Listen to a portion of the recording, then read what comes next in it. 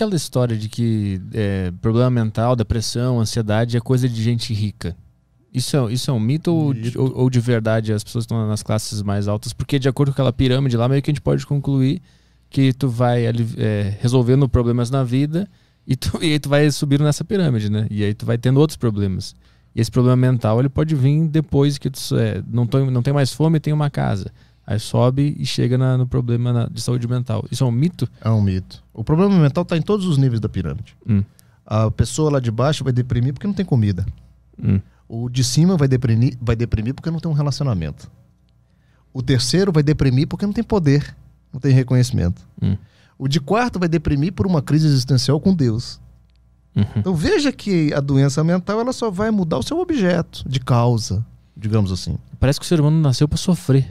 É a resistência, é o fenômeno natural. Se a gente não entender que nós nascemos no mundo para vencer resistências, nós vamos sofrer muito. Por isso é que eu uso ela a meu favor, Arthur. Porque eu sei que ela é processo intrínseco da minha vida.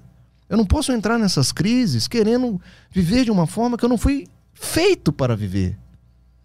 Quando você traz a lei a seu favor, cara, é um processo de amadurecimento, de crescimento exponencial e gigantesco os resultados que a gente tem na vida. Entendeu? Porque quando acontece algum problema na minha vida, eu olho aquilo e falo assim, a oportunidade, o que está acontecendo aqui? Eu não me angustio e não me desespero. Eu sempre vejo as dificuldades, os problemas, os percalços, como esse degrauzinho para um degrau superior. Como essa alturazinha que eu preciso vencer. E eu tento extrair daquilo o máximo que eu posso. Isso significa que eu não chore? Não. Isso significa que eu não fique ansioso? Não. Isso não significa que eu não perca noites de sono. Eu sinto tudo o que um ser humano tem que sentir. Porque se eu lutar contra isso, isso vai virar sintoma, isso vai virar doença. Então eu deixo vir. Quando a tristeza vem, eu deixo ela vir. Vem, tristeza. Vem, o que é que tu quer comigo? E choro. Quando a ansiedade vem, eu falei, vem, pode vir. Tô aqui. Que ela vai também. Do jeito que ela vem, ela vai. Ela vem, ela faz o que ela tem que fazer comigo. Ela me ensina o que ela quer ensinar. Eu sinto a palpitação, eu sinto a taquicardia, eu vivencio aquilo e ela vai embora. E aí é outra questão das redes sociais, que é a ditadura da felicidade, que é a positividade tóxica. Que o ser humano não quer mais. Ele rejeita. Ele faz força para não sentir. Sabe o que acontece com isso? Não é porque ele fez força para não sentir que o sentimento desapareceu. Aquele sentimento ele vai sair. Condensou ele, né? Condensou. E ele vai sair, sabe, em forma de quê? Doença. É uma alergia. É uma diarreia. Quando tu resiste à resistência, ela vira uma doença. Ela vira uma doença. Ela tem um potencial gigantesco de energia ali dentro. Vai cair teu cabelo. Vai dar diarreia. Doença autoimune. Começa a confusão. Porque simplesmente você resistiu à resistência. Você transformou um sentimento numa bola de energia gigantesca dentro de você que vai explodir em fragmentos. E isso é comprovado que acontece quando tu resiste a um sentimento, ele se transforma numa consequência física? Isso é psicossomática. Esse é o termo para isso, é chamado de psicossomática. Psico, mente, emoções. Somática, corpo. É sintomas do corpo vindo do seu estado mental. Então quando você resiste, quando você tensiona, aquela tensão ela vai sair. Se ela não está saindo pelas vias adequadas, uma coisa legal. A tensão gerada todos os dias dentro da gente, emocional, por pensamento, ela precisa sair. Quais são as melhores vias de eliminação da tensão humana? Boca e atividade física. E sono. Quando você bota a sua roupinha e vai fazer a caminhada, tá saindo. Quando você vai para terapia, falar, tá saindo. Quando você tá dormindo, tá saindo. São as 3 vias mais efetivas, naturais de eliminar a tensão humana. A prova disso que eu tô falando, que a boca funciona, o que as pessoas fazem quando estão tensas? Comem. Ela tá usando a ferramenta, só que no sentido inverso, de fora para dentro, e de forma transitória. Mas ela tá utilizando uma ferramenta de alívio de tensão, que é a boca. Então, quando se entope, ou quando não se usa essas vias adequadas de eliminar a tensão, significa que a tensão está lá dentro. Não foi eliminada. Aí chega um momento que ela chega num determinado nível que ela vai sair como uma panela de pressão, que está entupida a sua válvula, ela vai explodir. Somático, corpo, sintomas físicos.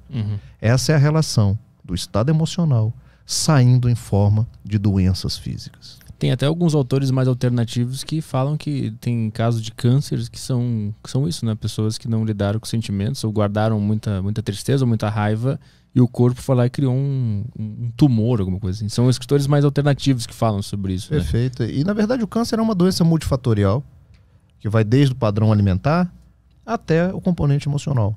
Então, assim, cada caso vai ser um caso, cada situação é uma situação com seus componentes importantes. Então eu não tenho dúvida que em alguns casos, sim, de tumores, o componente emocional passa a ser o mais importante.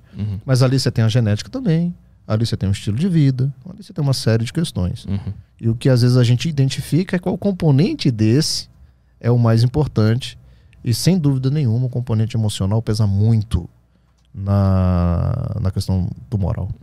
Então, se eu estou entendendo o que rola com a saúde mental e remédios, é que as pessoas enfrentam problemas naturais nas suas vidas, sentem coisas que deveriam sentir, que seria tristeza, ou ficam ansiosas porque amanhã vai ter uma apresentação, não sei o quê. Só que elas confundem isso e procuram um remédio para anestesiar esse sentimento que elas deveriam estar tendo. Exatamente. Essa é a forma errada de abordar. E existe outro grupo que é o desbalanceamento químico na cabeça, que causa uma depressão, uma ansiedade crônica, né? E o que tu tenta fazer, o que tu faz é diferenciar quando que é uma coisa química, cerebral, e quando que é um hábito ou algo que a pessoa devia estar sentindo mesmo, né? É isso, né? É exatamente isso. Eu costumo dizer que a psiquiatria hoje tem 2 pacientes desafiadores. Um é esse. É o cara que não está doente, mas quer estar doente para receber um remédio e dar conta de viver os seus sentimentos normais. Esse, quando entra no consultório, a gente tem que convencer ele que ele não precisa. Ele precisa de outras ferramentas. Como a gente já disse aqui, vamos fazer uma atividade física, vamos mudar a sua vida, vamos fazer uma terapia para ver o que está errado, para ver o que a gente pode mudar. Esse paciente é desafiador nesse sentido. Por outro lado, tem esse, que é o paciente que está doente por uma alteração neuroquímica cerebral, por genética. Ele é bipolar, ele tem depressão grave, ele está com pânico, é psicótico, que por resistência e que por preconceito ele não vai. Então olha que interessante. Eu tenho um que deveria estar lá para tratar e não está, e eu tenho outro que não deveria estar lá e está para tratar o que não precisa ser tratado. Então são 2 pacientes que a gente precisa manejar muito bem, com bastante orientação. Então aqui eu faço e deixo meus parabéns para vocês aqui, por abrir este canal para a gente estar falando disso. Porque a sociedade civil precisa cada vez mais falar disso. O Drauzio Varela precisa falar isso no Fantástico. A gente precisa falar sobre isso. Nós estamos muito sofridos. Nós somos uma sociedade muito doente. As pessoas estão sofrendo demais. Estão super medicadas. Os consultórios... Cara, eu moro numa cidade de 3 milhões de habitantes. Tem quase 1000 psiquiatras. Tá errado. Isso tá errado. É Brasília, né? É, eu sou de Brasília. Cara, o que tá errado? Antigamente uma cidade tinha 1, 2 psiquiatras e, cara, o que tá acontecendo? Então a sociedade civil, vocês da comunicação... Por isso que todo programa que eu vou, a primeira coisa que eu faço é parabenizar. Muito obrigado por abrir esse espaço pra gente estar falando disso. Porque a gente tá falando das pessoas. A gente tá falando dessas pessoas que estão nos ouvindo e que tem gente, inclusive, que se não fosse isso aqui ia se matar hoje à noite. E eu já recebi mensagem no meu Instagram assim, desta forma que eu tô te falando. Doutor, o senhor participou naquele programa da Bandeirantes, o senhor salvou a minha vida, eu estava preparado para acabar com a minha vida aquele dia. E o senhor falou desta forma, e pelo incrível que pareça, veio uma pontinha de luz. E eu quero falar para o senhor que eu comecei a mudar minha vida. Mensagens no meu Instagram. Então você pode ter certeza que se uma pessoa que está nos ouvindo aqui tiver o ímpeto de mudar a sua vida, já valeu a pena isso aqui tudo, cara. Então é importante isso. Então eu deixo meus parabéns para vocês.